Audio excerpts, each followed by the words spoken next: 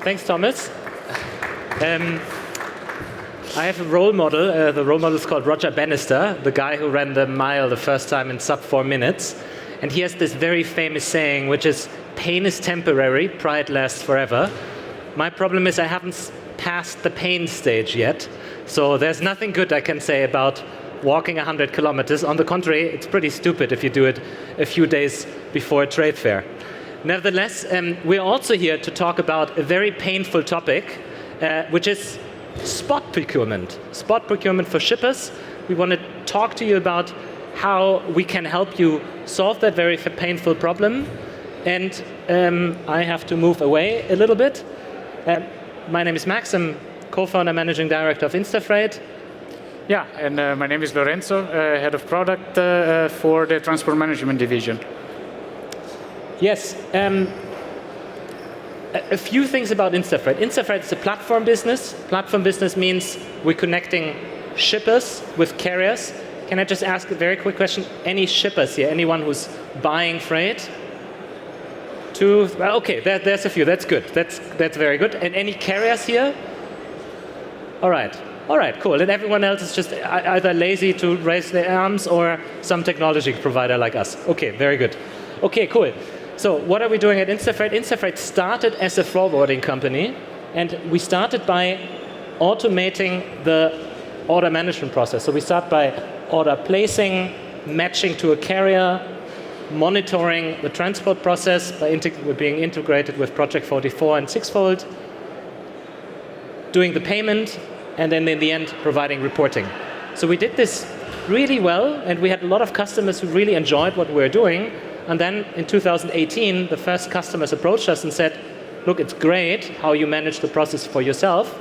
Can you make your technology available for me so I can manage my shippers? That is how we started transportation management.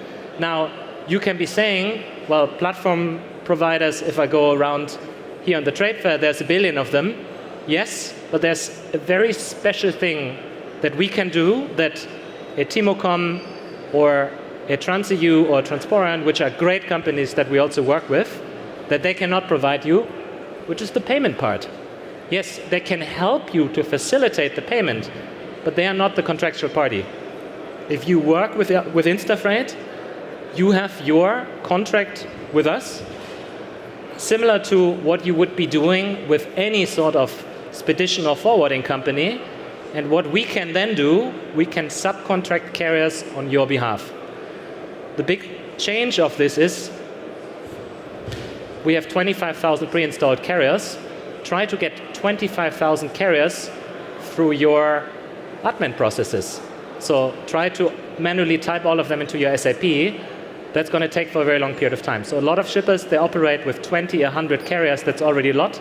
For us, you get 25,000 pre-installed carriers. And today we want to show you what you can do with this. So I'm going to talk to you a little bit about spot procurement. So what I've brought on this slide is the volatility of the spot market. So what you can see here is that, apologies, think back a little bit last year. Last year, Russia invaded Ukraine, and what you saw, the market prices hiked like crazy. So somewhere over here, the laser is not working, but in the summer, it was very difficult to find freight. Because even though if you had tendered carriers, you saw that the contracted rates went up, but your carriers didn't take the loads that you were offering. Why? Because some of them moved to the spot market because they could get rates that were almost double as high. If you were working with forwarding companies who were not having assets on their own, their problem was that their subcontractors went away. The subcontractors went to the market. They started just operating on the market because they could get better rates, and they left their freight forwarding partners hanging. Now, of the shippers, any one of you who having issues finding carriers at the moment? No, absolutely. Because the situation is exactly the opposite. At the moment, the spot market rates are so down, all the carriers are super happy to have contracted rates. Now, nevertheless, I can tell you, just because it's so easy to find a carrier doesn't mean that you're doing something great, because you're wasting a lot of cost-saving opportunity at the moment, because a lot of your partners that you have tendered rates with are currently procuring at much cheaper rates. So if you were able to access the spot market as a shipper, there's a bunch of opportunities that are coming to you. The first, you can benefit from cost-saving potential. And it doesn't matter if it is in a tight market situation or in a loose market situation. If the market is very tight, as we saw last year in the summer, then you can find more partners, you can get access to better rates, and by just having a competition among your carriers. At times that we have right now, it's also good to benefit from a little bit less contract capacity and go more to the spot market, because the prices are significantly lower. It's also significantly better for you to manage expectations. So think of the time you saw when there was no capacity in the market. You need to have a tool that allows you to get access to carriers when your existing partners can't help you anymore. So depending on the industry where you are, there's a significant negative impact when you have missed transports on your customers, on potential penalties that you'd have to pay. And of course, the spot market is a great tool to help you find your future partners to work with, start interacting with them with doing a few transports, and then you start inviting them to your next tender. Yet, it is very difficult to interact with the spot market for multiple reasons. So the first of it today, we're probably operating with like 20, again, 50 carriers. We will have a lot of specialists, certain carriers that are very good for France, other carriers that are very good for Italy. I mean, yes, now you're doing a tender in your carrier pool of 20 carriers. Good luck trying to sell freight to Italy for a carrier that's specialized on doing business to France. So the carrier pool to manage is very narrow. There are very good reasons for this. One of the reasons is that onboarding new suppliers can take a very long period of time. You need to onboard them through your SAP. You need to pass certain compliance processes, processes that are expensive for a good reason, because you want to know who your suppliers are, which is why your companies, to a very large extent, have built those processes to make sure that everything is compliant and everything is fine. And then finally, in order to access the spot market, you also need to build internal expertise.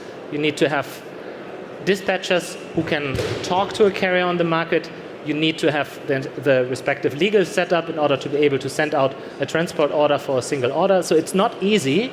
And we want to talk to you today about how we can help you bridge that gap and get direct access to the spot market. And with that being said, I'm handing over to Lorenzo. Thank you very much, and thank you very much for the background. All right, so I've introduced myself before. Maybe take a minute to specify what we mean by product. So I have been in the context of this exercise working with our clients who wanted to get better at accessing the spot market and primarily extend our platform to fit those needs. And this is what the rest of the talk will focus on. I'll talk a little bit about how we designed the solution, then you'll see it in action with a short video, and then finally a case study of one such customer that we've helped get better at becoming a strategic spot buyer.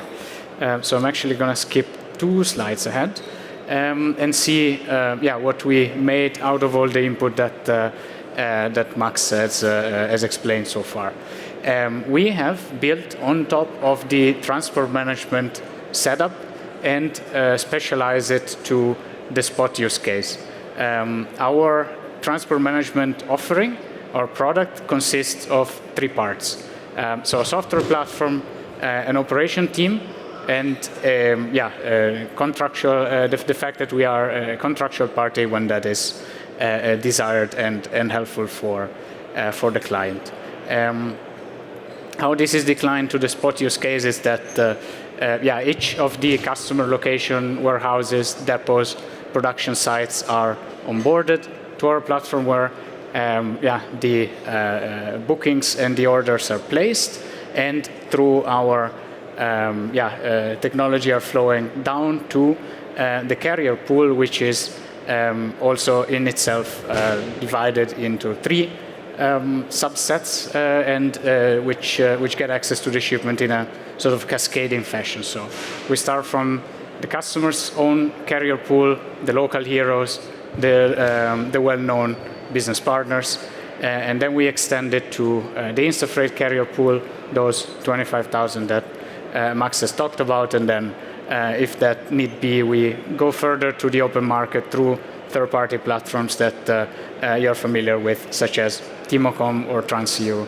And this is also where our operation team comes into play with the local market knowledge, with the language needs that might be required. So what is then flowing back up from the carrier to the customer is the market signal, is the price points in the form of bids that we collect from carriers. And then when that is desired, then the customer is retaining the ability of taking the awarding decision also through our platform, and then generate insights which can be used to then fuel operational processes later on. As I already mentioned, we can take care also of the execution and exception management with our operation team, as well as the freight cost settlement, and take the responsibility towards the carrier and towards the customer as a contractual party when that is desired. So that is a little bit the structure and the theory. Now we zoom into the software platform itself. I have brought a video with us in 3 parts. So we'll have first a view on the customer portal where the bookings are created. Then we'll switch to the carrier view where the hauliers, the business partners, are finding freight, providing their bids that are then aggregated. And this is the third part of the video, which is back to the customer view, how bids are compared and contrasted to one another, and the awarding finally takes place. So we won't cover the fulfillment today, but just the up to the awarding stage. And this is already the first part. We rely on pre-configured routes with information that is pre-saved, at least as long as the customer network is sufficiently static. And so all you have to do as a customer, at least in this particular case, is to enter the timetable, and then we pre-save and compile a lot of the information that's required. So here the booking is already done, and here you can see more detail of all the information that we've previously set up. Moving on to the carrier view, when the shipment is posted and booked, as you've just seen, we inform the carriers, especially when this is matching some of their preferred lanes, or they can autonomously search and set up a filter that is saved, find the spot offer, so the shipment that's just been booked, inspect all the requirements that we've just talked about, and then finally provide the price point that they are willing to drive this shipment for. Since transport management is operating in a freight cost neutral manner, we pass on this cost to the customer one-to-one without any arbitrage margin. And so that means that we are able now to switch back to the customer view to aggregate and display the bids as they came in. And then the customer can evaluate with different criterias, for instance, whose carrier pool or whose pool the carrier belongs to, and whether they are, for example, on some sort of block list for certain location. And the awarding is as simple as accepting the bid, which is then applied in real time. And now we'll switch to the shipment view again, and we'll see that the transport order at this point gets issued, and the carrier is then assigned together with the corresponding cost, which is, as you've noticed, exactly the same amount of the bid that was selected. So this is what we've built. This is the background why we've built it, and now I'm going to move on to a little bit of a mini case study and the results that this has brought to a customer that has adopted this solution for their spot freight. To give you a bit of a sense, the customer was already a heavy buyer of spot freight in the measure of 20 to 30 million euro per year. This customer was operating on a pretty decentralized setup, leaving autonomy to the local teams in their depots and in their facility, which is great for adapting to the local market condition. It is not so great for central visibility to a centralized team that then is in charge of defining a procurement strategy. So thanks to the digitalization of the processes and moving all that to the platform, we were then able to provide the desired transparency, but not only that.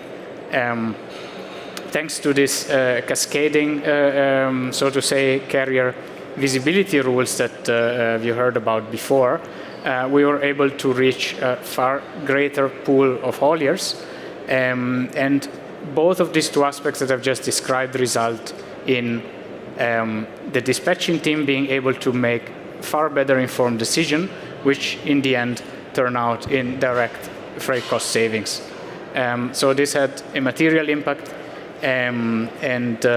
this also has resulted in a change in how the carriers interact with each other and with the customer, because we were able to change the awarding process from a first come, first serve to a competitive bidding, which is also responsible for that saving realized.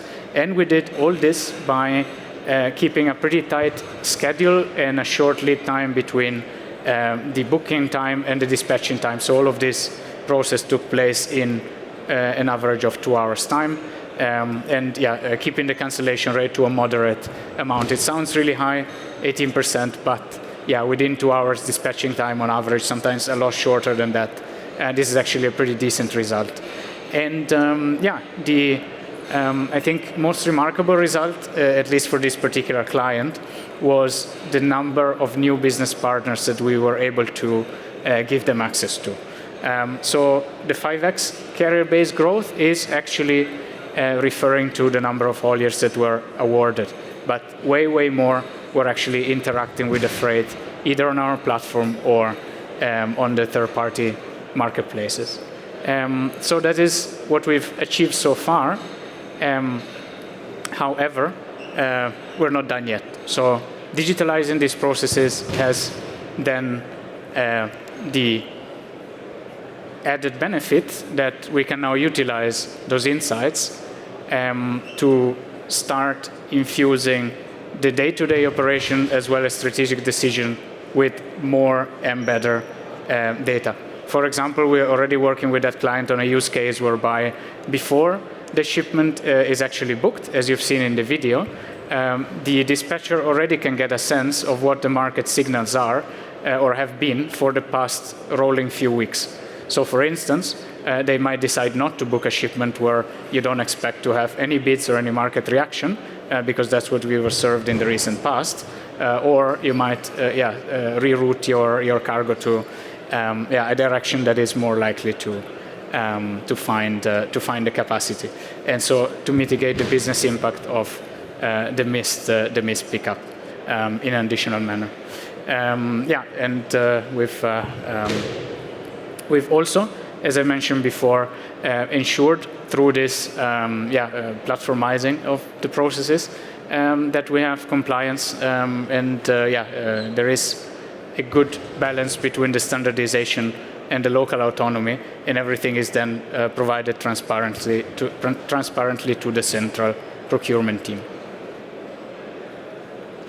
And with this, I actually hand it back to Max for a little bit of a conclusion and a wrapping up, and then we'll have time for the questions. Thanks, Lorenzo. So first of all, what we really wanted to say in this presentation, learn to master the spot market at any time, may it be in a loose market or in a tight market situation. It's very important to understand how to do spot procurement as a shipper. InstaFreight can help you solve that challenge that you'll have to overcome, because we are the perfect combination of offering platform technology, team, and contractual party. And what we mean by contractual party is we are not just a software, we are your transport partner, you onboard us just like you would onboard a carrier, and through us, you are able to access the market. So you send your transport order to InstaFreight, we run it to our carrier network, we run it to the market, we provide offers back to you. You don't have to vet us again, you don't have to get us through your accounting department, because you have already onboarded us as your transport partner. We're going to send all the offers back to you. You send us the transport order, and we send the transport order to the carrier on your behalf. We do all of this open book for a service fee, and that is what we call freight cost neutral setup, so similar to a light 4PL. And the beauty of this is you don't need a long IT project. All of this works plug and play. We have customers where we are connected with the ERP, but a lot of customers also enjoy working through us simply by uploading their network via an Excel sheet and then operating in our front end. Yes, come talk to us if this is something that's interesting to you. And yeah, we are here for up to 9 more minutes to take your questions. So,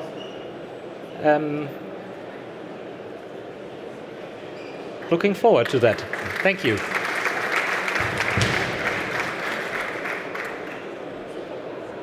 Bitte schön. Danke sehr.